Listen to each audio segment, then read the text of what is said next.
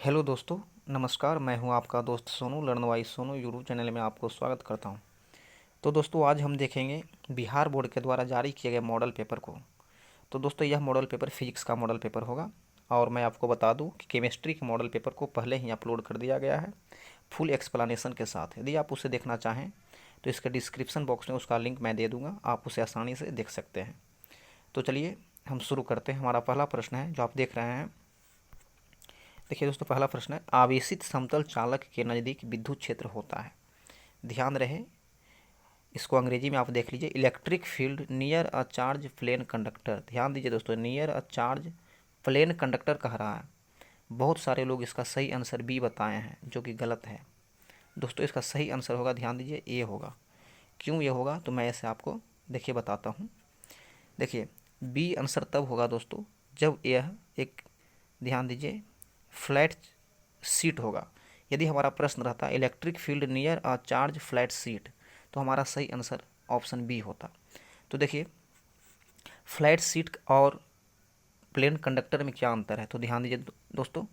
Plane conductor का मतलब होता है जो कि आपको यहाँ पे देखिए चित्र बनाया जा रहा है, ध्यान दीजिएगा। प्लेन कंडक्टर कहने का मतलब है, देखिए, कुछ इस टाइप का उसका फिगर होगा जो मैं यहाँ बना रहा हूँ।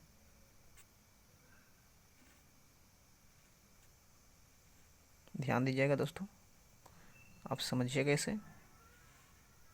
देखिए, कुछ ऐसा फिगर है। तो ये जो है दोस्तों एक प्लेन कंडक्टर है, और ये जो है, ये जो देख रहे हैं आप, एक फ्लैट सीट है। और ये जो देख रहे हैं दोस्तों, ये क्या है, तो एक प्लेन कंडक्टर है। देखिए, जैसा कि मान लीजिए आपका जो किताब है, वो किताब जो है एक तरह का प्लेन कंडक्टर, उसको हम मान सकते हैं। और जो उसका प्रत्येक पेज है, किसी भी एक पेज को समझिए तो क्या होगा, तो उसे हम फ्लैट सीट कह सकते हैं। अब फ्लैट सीट के लिए दोस्तों, यदि फ्लैट सीट के नज़दीक में किसी बिंदु पर यदि निकालना रहेगा इलेक्ट्रिक फील्ड इंटेंसिटी, तो उसके लिए सही आंसर होगा दोस्तों, यहाँ लिख देता हूँ। देखिए, ई बराबर यदि निकालना रहे कि ई बराबर क्या होगा, तो हम लिखते हैं ई बराबर सिग्मा वटा 2 एप्सिलॉन नॉट। हाँ, याद रहे, ये होता है किसके लिए, तो ये होता है फ्लैट सीट के लिए, जिसको हम बोलते हैं समतल चादर के लिए। लेकिन दोस्तों, हमारा प्रश्न जो दिया गया है, electric field near a plane conductor कहा गया है दोस्तों। तो ध्यान रहे, इसका जो हमारा सही आंसर होगा ई बराबर, तो ई बराबर होगा दोस्तों, ध्यान रहे, सिग्मा वटा एप्सिलॉन नॉट, जो आप देख रहे होंगे, जो कि ऑप्शन ए में दिया गया है। तो हमारा सही आंसर होगा दोस्तों, जो ऑप्शन ए है। हमारा सही आंसर होगा दोस्तों ऑप्शन ए। तो चलिए अगला प्रश्न पे हम चलते हैं। हमारा अगला प्रश्न है, दूसरा नंबर प्रश्न है, विद्युत क्षेत्र ई और विद्युत विभव वी के बीच निम्नलिखित में कौन सा संबंध सही है। तो ये इसका डायरेक्ट फॉर्मूला होगा दोस्तों। डायरेक्ट आप कह सकते हैं कि ई बराबर माइनस डी वी बटा डी आर। तो हमारा ऑप्शन नंबर ए सही है, जो आप देख रहे हैं ऑप्शन नंबर, देखिए दोस्तों, जो ऑप्शन नंबर ए में आप देख रहे हैं। चलिए अगला प्रश्न पे हम चलते हैं। तीसरा नंबर प्रश्न देखिए, जो तीसरा नंबर प्रश्न है, 9 किलोमीटर त्रिज्या वाले गोलीय चालक का विद्युतीय धारिता क्या होगा। तो गोलीय चालक के लिए कैपेसिटेंस का फॉर्मूला आप जानते हैं कि ई बराबर होता है दोस्तों, सॉरी, सी बराबर होता है, आप जानते होंगे सी बराबर होता है 4 पाई एप्सिलॉन नॉट आर। वहाँ जानते हैं दोस्तों कि 1/4 पाई एप्सिलॉन नॉट का मान होता है दोस्तों 9 × 10⁻⁹। तो देखिए, 1/4 पाई एप्सिलॉन नॉट का मान ये है। तो यदि हम बोल दें कि बताइए 4 पाई एप्सिलॉन नॉट का मान क्या होगा, तो हम लिख सकते हैं कि ध्यान दीजिएगा, इसे हम डायरेक्ट लिख सकते हैं कि 4 पाई एप्सिलॉन नॉट का मान होगा दोस्तों 1/9 × 10⁻⁹। तो हमारा जो फॉर्मूला होता है सी बराबर 4 पाई एप्सिलॉन नॉट आर। अब आर दिया गया है दोस्तों 9 अगुने, इसका मान आप देख रहे हैं यहाँ पर, किसका मान होगा, देखिए 1/9 × 10⁻⁹। तो आप जान रहे हैं कि 9 से 9 कट जाएगा दोस्तों। ये 9, ध्यान रहे, ये जो 9 है किलोमीटर में, तो उसको मीटर में लाना होगा, तो 1000 से गुणा कर दीजिए। तो अब देखिए दोस्तों, यहाँ जो 10 की पावर 9 है ये कटेगा, तो नीचे जो है 10 की पावर 6 बचेगा दोस्तों। तो इसको मैं हटाता हूँ। जो नीचे है 10 की पावर 6 बचा है, ये हमारा सही आंसर होगा दोस्तों, 10 की पावर 6। लेकिन बात क्या है कि 10 की पावर 6 ऊपर जाएगा तो -6 हो जाएगा। -6 का मतलब होता है इतना फैराड होगा। ये जो है 10 की पावर -6 जो होता है दोस्तों, इसको हम बोलते हैं माइक्रो। तो 10 पावर -6 का मतलब 1 माइक्रो हो गया। 1 माइक्रो फैराड हमारा आंसर होगा, जो ऑप्शन नंबर ए में है। तो हमारा सही ऑप्शन होगा ऑप्शन नंबर ए। चलिए अगले प्रश्न पे हम चलते हैं। तो देखिए, चौथा नंबर प्रश्न है जो आप देख रहे हैं दोस्तों, इसको मैं डायरेक्ट आंसर ही बता दूंगा दोस्तों, क्योंकि ज़्यादा वीडियो लंबा हो जाएगा। समानांतर पट्टिका संधारित्र का धारिता क्या होगा? तो 4 का सही आंसर होगा दोस्तों ऑप्शन ए। चलिए 5वां नंबर प्रश्न को देखिए आप। 5वां नंबर प्रश्न कह रहा है, ध्यान दीजिएगा, गैल्वेनोमीटर का प्रतिरोध G और वोल्टमीटर का प्रतिरोध V के बीच निम्नलिखित में कौन सा संबंध सही है? तो 5 का हमारा सही आंसर होगा दोस्तों ऑप्शन नंबर ए, जो हमारा ए सही है। तो चलिए अगले प्रश्न पे चलते हैं। प्रश्न नंबर 6 पे चलते हैं। देखिए, प्रश्न नंबर 6 कह रहा है, व्हीटस्टोन ब्रिज का व्यवहारिक ढांचा निम्नलिखित में कौन है? जो व्हीटस्टोन ब्रिज होता है दोस्तों, जो जिसे आप जानते हैं कि प्रतिरोध निकालने में प्रयोग किया जाता है। हाँ दोस्तों, इसको लॉन्ग क्वेश्चन में भी पूछने का बहुत संभावना रहता है। बैलेंस व्हीटस्टोन ब्रिज और अनबैलेंस व्हीटस्टोन ब्रिज जो आपकी पढ़े हैं। तो देखिए हमारा सही आंसर इसमें क्या होगा, व्हीटस्टोन ब्रिज का व्यवहारिक ढांचा निम्नलिखित में कौन है? तो उसको हम बोलते हैं दोस्तों मीटर ब्रिज, जो 6 का आंसर होगा सी।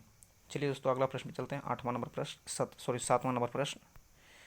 तो 7वां नंबर प्रश्न है, एक तार का विशिष्ट प्रतिरोध निर्भर करता है। विशिष्ट प्रतिरोध, या इसी को दोस्तों रजिस्टिविटी भी कहते हैं, या तो स्पेसिफिक रेसिस्टेंस भी कहते हैं। तो वो जो होता है दोस्तों पदार्थ के प्रकृति पर निर्भर करता है, नेचर ऑफ मटेरियल। तो हमारा 7 का सही आंसर होगा ऑप्शन नंबर जो देख रहे हैं डी में। तो अगला प्रश्न चलते हैं। 8वां नंबर प्रश्न देखिए। 8वां नंबर प्रश्न को ध्यान दीजिए, किरचॉफ के बिंदु नियम में निम्नलिखित में कौन भौतिक राशि संरक्षित रहती है? किरचॉफ्स लॉ आपने पढ़ा होगा दोस्तों, किरचॉफ्स का फर्स्ट लॉ, किरचॉफ्स का सेकंड लॉ। तो कह रहा है किरचॉफ्स के बिंदु नियम में निम्नलिखित में कौन भौतिक राशि संरक्षित रहती है? तो आप जानते हैं 8 का सही आंसर होगा ऑप्शन नंबर बी। चलिए दोस्तों अगला प्रश्न चलते हैं। 9 नंबर प्रश्न। 9 नंबर प्रश्न कह रहा है, धारावाही चालक के अंदर इलेक्ट्रॉन की गति होती है। तो धारावाही चालक के अंदर दोस्तों इलेक्ट्रॉन की गति कैसी होती है? तो त्वरित गति होती है। हमारा ऑप्शन में त्वरित ही है दोस्तों, तो त्वरित को ही हम त्वरित गति होगा, ये ध्यान रहे। तो हमारा ऑप्शन नंबर बी में है। चलिए अगला प्रश्न, 10वां नंबर प्रश्न। 10वां नंबर प्रश्न है दोस्तों, ध्यान दीजिए। 10वां नंबर प्रश्न कह रहा है कि विद्युत परिपथ की शक्ति होती है। तो आप जानते हैं दोस्तों विद्युत परिपथ की शक्ति निकालने के लिए क्या होता है दोस्तों, ऐसे इसका डायरेक्ट हम फॉर्मूला बता देते हैं दोस्तों, तो लॉन्ग हो जाएगा वीडियो ज़्यादा। 10 का आंसर हो जाएगा P बराबर V² R, जो कि ऑप्शन नंबर सी में है। तो हमारा 10 का सही आंसर होगा ऑप्शन नंबर सी। चलिए 11 नंबर प्रश्न देखिए दोस्तों, ध्यान दीजिए। 11 नंबर प्रश्न कह रहा है कि ध्यान दीजिएगा, निम्नलिखित चुंबकीय क्षेत्र में गतिशील आवेश पर बल के लिए निम्नलिखित में कौन सही है? तो एक रिलेशनशिप बताने के लिए कह रहा है दोस्तों कि चुंबकीय क्षेत्र में गतिशील आवेश पर बल के लिए निम्नलिखित में कौन सही है? तो हमारा 11 का सही आंसर होगा दोस्तों ऑप्शन बी, जो हमारा बी नंबर ऑप्शन में है। चलिए अगला प्रश्न पर ध्यान दीजिए। अगला प्रश्न होगा 12 नंबर प्रश्न, चुंबकीय फ्लक्स का मात्रक क्या होता है? तो 12 का सही आंसर होगा दोस्तों, जो आप देख रहे हैं डी नंबर में, वेबर होता है। चलिए अगला प्रश्न 13 नंबर प्रश्न, जिस परिपथ में सिर्फ प्रतिरोध है उसका शक्ति गुणांक क्या होगा? तो दोस्तों पावर फैक्टर पूछ रहा है, जिस परिपथ में सिर्फ प्रतिरोध है उसका शक्ति गुणांक क्या होगा? तो 13 का सही आंसर होगा दोस्तों ऑप्शन नंबर ए, 1 होगा। ध्यान दीजिए दोस्तों, इसका सही आंसर होगा ऑप्शन नंबर ए।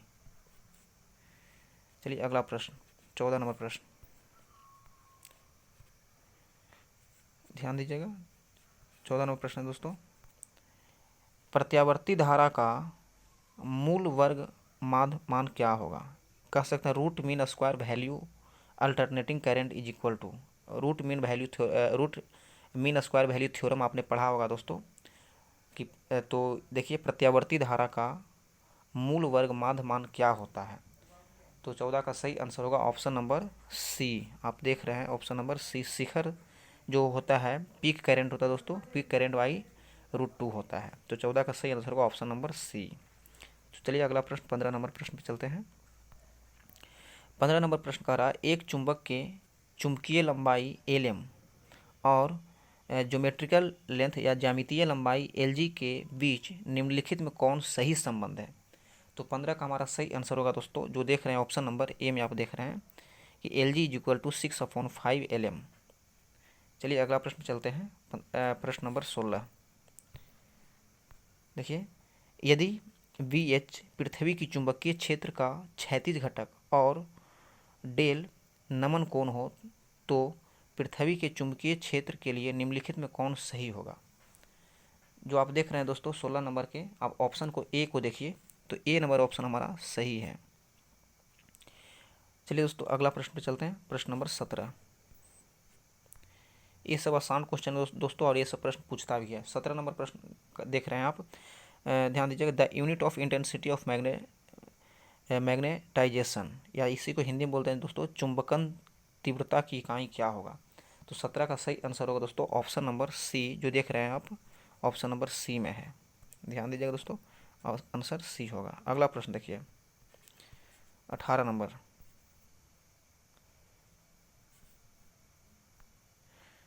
चुंबकीय याम्योत्तर मैग्नेटिक मेरेडियन जो होता है दोस्तों वो है ना, मैग्नेटिक मेरेडियन इज चुंबकीय याम्योत्तर है। तो 18 का सही आंसर होगा ऑप्शन नंबर जो बी में आप देख रहे हैं क्या है, तो एक रेखा है। ये जो है एक रेखा होता है। चलिए अगला प्रश्न 19 नंबर देखिए कि सामान्य समायोजन में सरल सूक्ष्मदर्शी का आवर्धन क्षमता है। आवर्धन क्षमता का मैग्नीफाइंग पावर का जो फॉर्मूला है तो दोस्तों आप जानते हैं कि 19 का सही आंसर होगा ऑप्शन नंबर जो आप देख रहे हैं ए में देख रहे हैं, यहाँ देखिए या तो यहाँ देख लीजिए, वही बात है 1 + D/5, sorry D/F।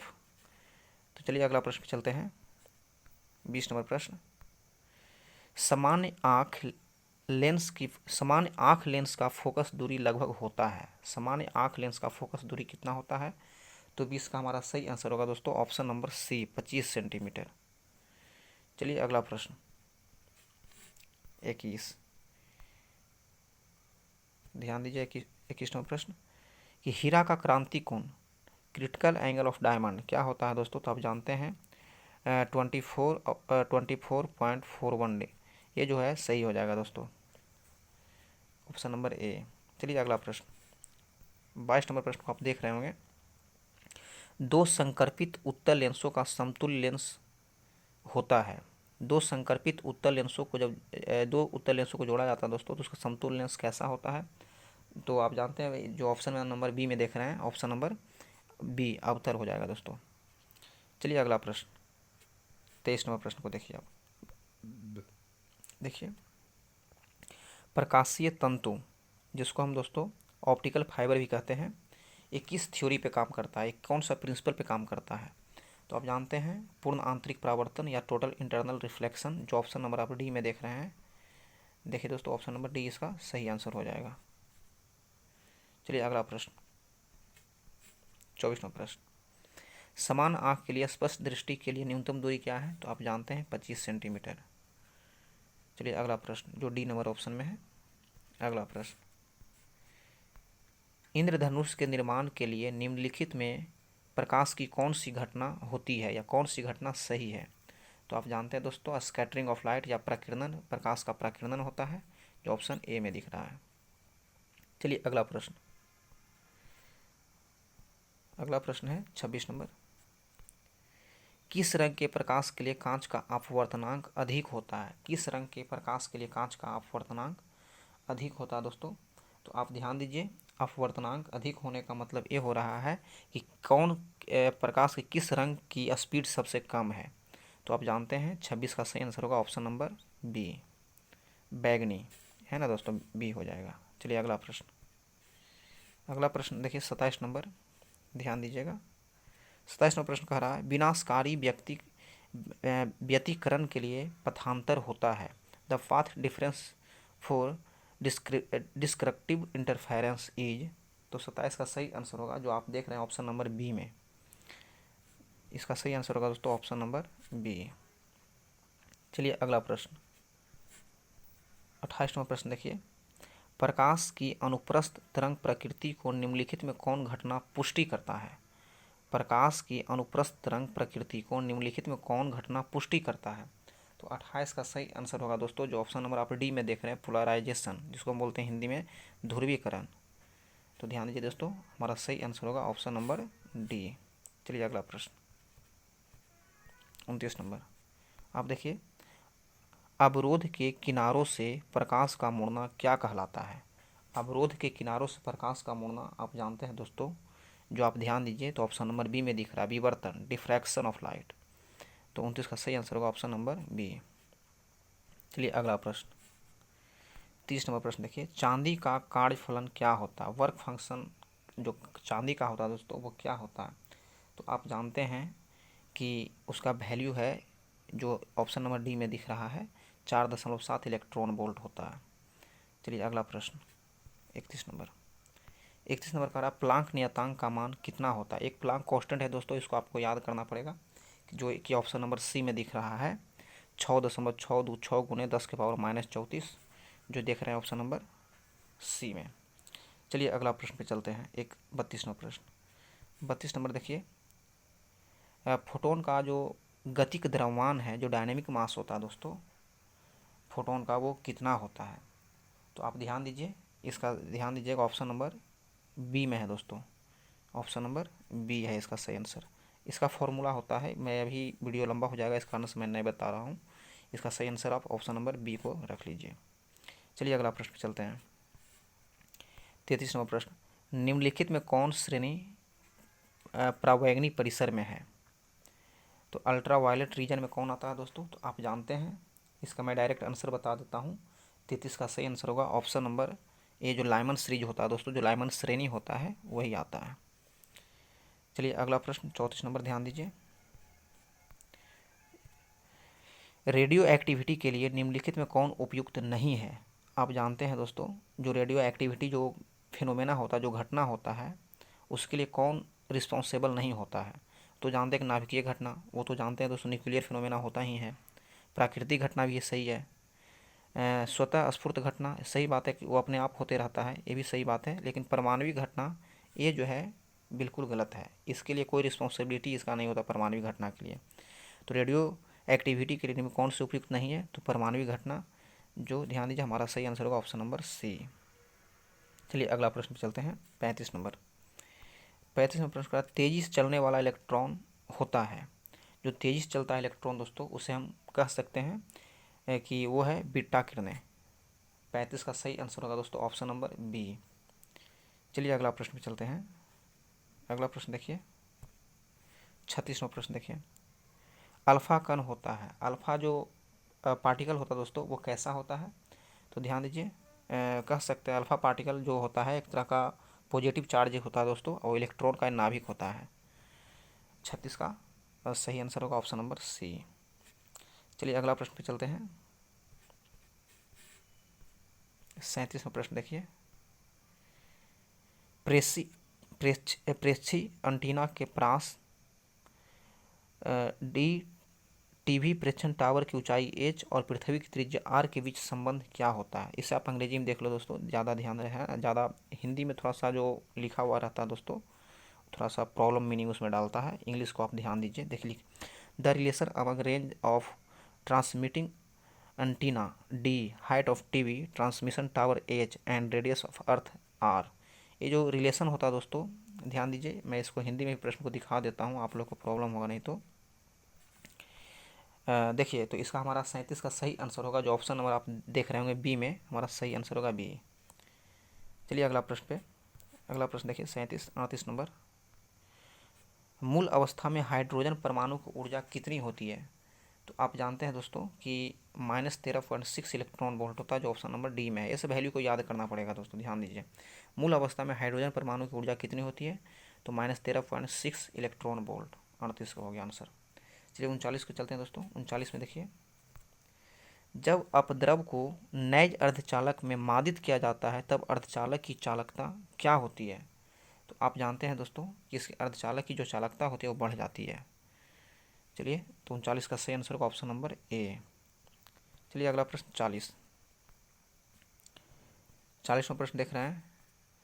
Nor gate का बुलियन व्यंजक क्या होता है? जो बुलियन व्यंजक होता है दोस्तों, आप पढ़े होंगे गेट 5 प्रकार का आपने पढ़ा होगा। अभी पूरा डिटेल तो अभी चर्चा नहीं करूँगा। तो 40 का सही आंसर होगा दोस्तों ऑप्शन नंबर सी। जो नॉर गेट कह रहा है, और भी पढ़ा होगा, नॉर भी पढ़ा होगा, एंड पढ़ा होगा, नैंड पढ़ा होगा, सारे प्रश्न आप पढ़े होंगे दोस्तों। चलिए अगला प्रश्न हम चलते हैं। तो दोस्तों देखिए, अगला प्रश्न को ध्यान दीजिएगा। चलिए अब 41वां प्रश्न देखिए दोस्तों। 41वां प्रश्न देख रहे हैं कि अर्धतरंगी दृष्टिकरण में 50 हर्ट्ज के निवेश आवृत्ति के लिए निम्नलिखित में कौन सही निर्गम आवृत्ति है? तो 41 का सही आंसर हो जाएगा जो आप देख रहे हैं ऑप्शन नंबर बी में, अर्थात 50 हर्ट्ज।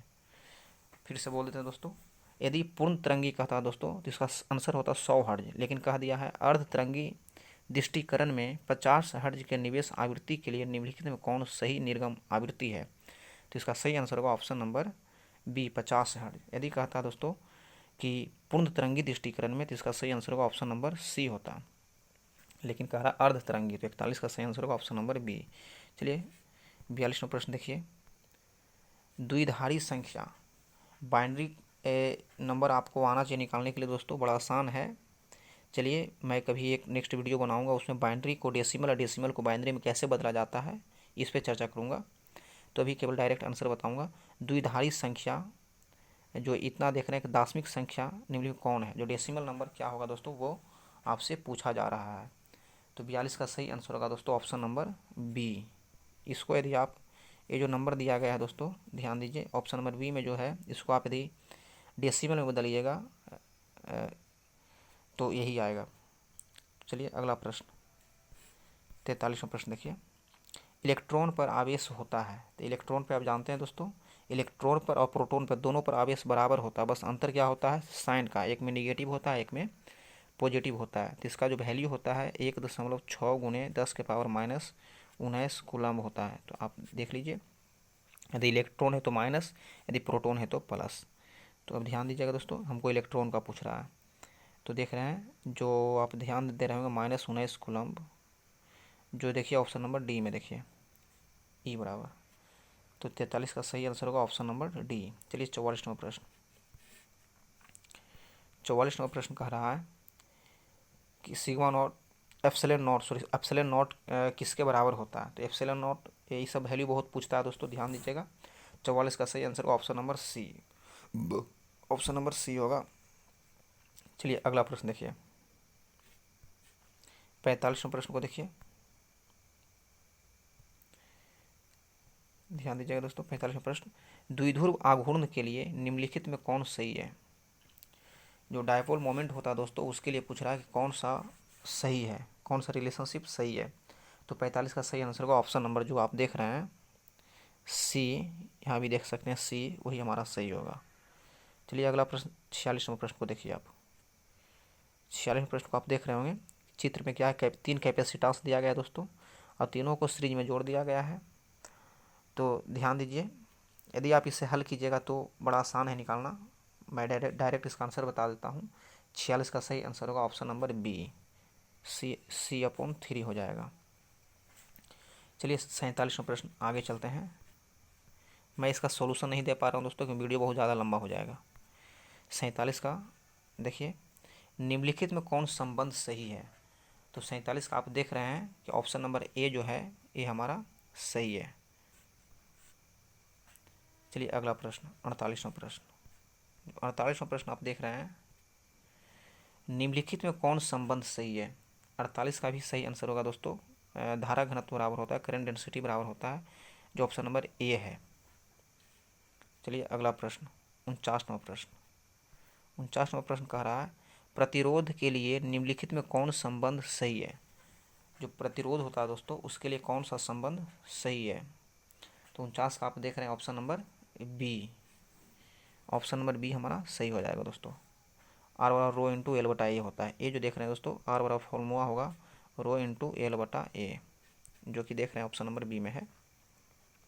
चलिए 50वां प्रश्न को ध्यान दीजिए। 50वां प्रश्न है, चित्र में आई का मान क्या होगा। यहाँ देखिए दोस्तों 4 रेसिस्टेंस दिया गया है, तो इसका हम डायरेक्ट आंसर आप बनाइएगा, बड़ा आसान है।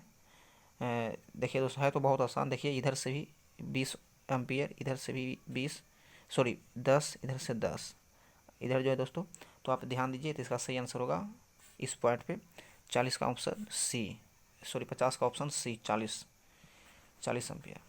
तो हम अगला प्रश्न पे चलते हैं। अगला प्रश्न देखिए 51 नंबर प्रश्न, विभव मापी से निम्नलिखित में क्या मापा जाता है। आप जानते हैं दोस्तों पोटेंशियोमीटर से क्या मापा जाता है, तो आप देख रहे हैं जो कि इलेक्ट्रोमोटिक फोर्स, जो किसी सेल का मापा जाता है, ऑप्शन नंबर सी में है। चलिए 52 नंबर प्रश्न पर ध्यान दीजिए। 52 नंबर प्रश्न देख रहे हैं कि 1 किलोवाट घंटा किलोवाट घंटा 1 किलोवाट घंटा किसके बराबर होता है। तो आप ध्यान दीजिए, ऑप्शन नंबर आप सी को ध्यान दीजिए, 3.6 गुने 10 की पावर 6 जूल। इसको आप बना भी सकते हैं, बड़ा आसान है। 53 नंबर प्रश्न देखिए, कह रहा 1 टेस्ला किसके बराबर होता है। तो आप देख रहे हैं, ध्यान दीजिए ऑप्शन नंबर बी को, तो ऑप्शन नंबर बी हमारा सही है, 1 वेबर पर मीटर स्क्वायर। तो 53 का सही आंसर होगा ऑप्शन नंबर बी। चलिए 54 नंबर प्रश्न को देखिए दोस्तों, चुंबकीय फ्लक्स फाई का मान क्या होता है। तो आप ध्यान दीजिए, ऑप्शन नंबर ए को देखिए तो बिल्कुल समझ में आ जाएगा। ऑप्शन नंबर ए, फाई बराबर बी डॉट ए होता है। चलिए अगला प्रश्न 55 नंबर प्रश्न को देखिए, विद्युत चुंबकीय तरंग का वेग का जो फॉर्मूला है दोस्तों, विद्युत चुंबकीय तरंग का वेग होता है, जो आप देख रहे हैं, ध्यान दीजिए ऑप्शन नंबर बी में आप देखिए, तो इसका सही फॉर्मूला ऑप्शन नंबर बी हो जाएगा, 55 का ऑप्शन नंबर बी। चलिए 56वां प्रश्न, 56वां प्रश्न देख रहे हैं दोस्तों, ध्यान दीजिएगा। 56वां प्रश्न देखिए, फोटोन का जो ऊर्जा होता है, फोटोन का ऊर्जा कितना होता है दोस्तों। तो 56 का आप ध्यान दीजिए कि ऑप्शन नंबर जो देख रहे हैं ई बराबर एच वी, जो देख रहे हैं ऑप्शन नंबर ए में, 56 का सही आंसर होगा ऑप्शन नंबर ए। चलिए अगला प्रश्न 57 नंबर, 1 इलेक्ट्रॉन वोल्ट किसके बराबर होता है। 1 इलेक्ट्रॉन वोल्ट बराबर कितना जूल होता है दोस्तों। तो आप ध्यान दीजिए, ऑप्शन नंबर आप ए में देखिए, ध्यान दीजिए 57 बराबर 57 में 1.6 गुना 10 के माइनस 19 जूल 1 इलेक्ट्रॉन वोल्ट बराबर होता है दोस्तों। 58वां प्रश्न को देखिए, 58वां प्रश्न को देखिए, फिर वही दिया है दोस्तों, बाइनरी ऑपरेशन दिया है, बड़ा आसान है। डेसिमल से बाइनरी, बाइनरी से डेसिमल में पूछते रहता है, तो कौन सा डेसिमल और बाइनरी का जो रिलेशनशिप है वो सही है दोस्तों। तो आप ध्यान दीजिए, निकालिएगा, काफ़ी आसान है। तो हम डायरेक्ट आंसर बताते हैं, 58 का सही आंसर होगा ऑप्शन नंबर ए। ए हमारा जो है वो सही हो जाएगा, ए। अगला प्रश्न 59, द्विधारी योग के लिए निम्नलिखित में कौन सही नहीं है।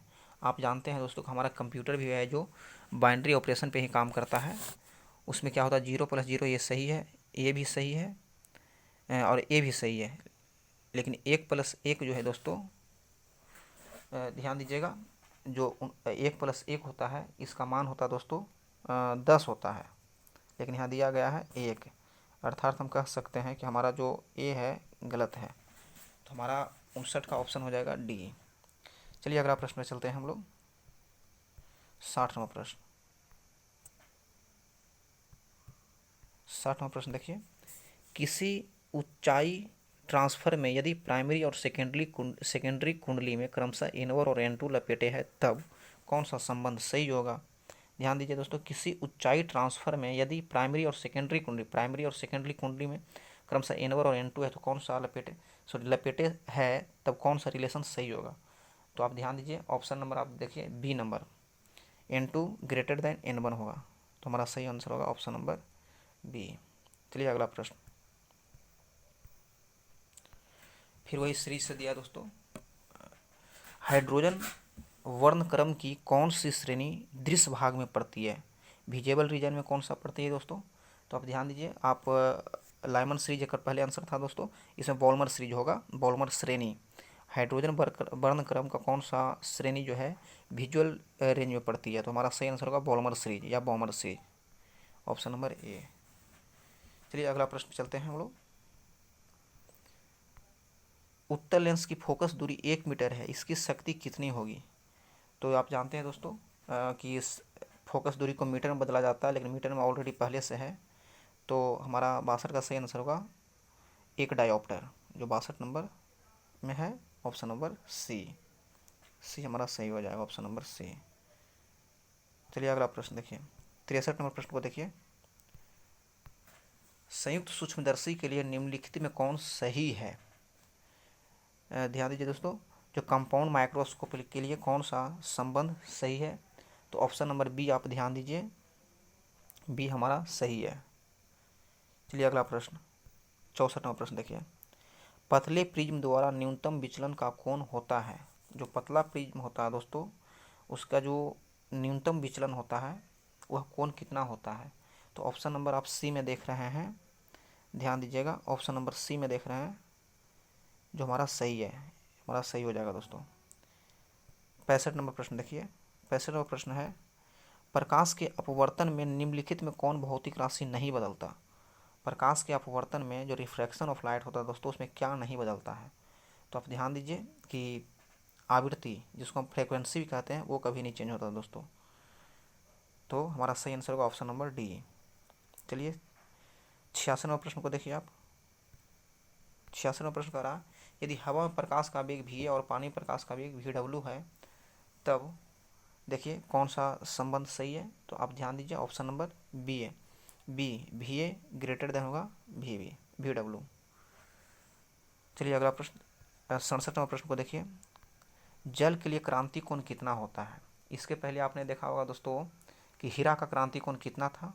24.41 था, जो हीरा का था दोस्तों। अभी पूछ रहा जल के लिए क्रिटिकल एंगल कितना होता है? तो आप इस वैल्यू को ध्यान में रखना दोस्तों, याद करना होगा आपको। डी जो आपको दिया गया है, ऑप्शन नंबर डी में 48.75 डिग्री। चलिए अगले प्रश्न में हम चलते हैं, 68 नंबर प्रश्न पे चलते हैं। देखिए, रचनात्मक व्यतिकरण के लिए कालांतर क्या होता है? Phase difference for constructive interference क्या होता है दोस्तों? तो 68 का हमारा सही आंसर होगा, जो ऑप्शन नंबर आप देख रहे हैं, ए 5 बराबर 2n5। चलिए अगला प्रश्न, 69 नंबर प्रश्न। 69 नंबर प्रश्न कह रहा है, जो ध्यान दीजिएगा, कि प्रकिरणित प्रकाश की तीव्रता आई के लिए निम्नलिखित में कौन सही है? तो 69 का हमारा सही होगा, जो आप देख रहे हैं, ध्यान दीजिए, ऑप्शन नंबर डी में, डी हमारा सही हो जाएगा।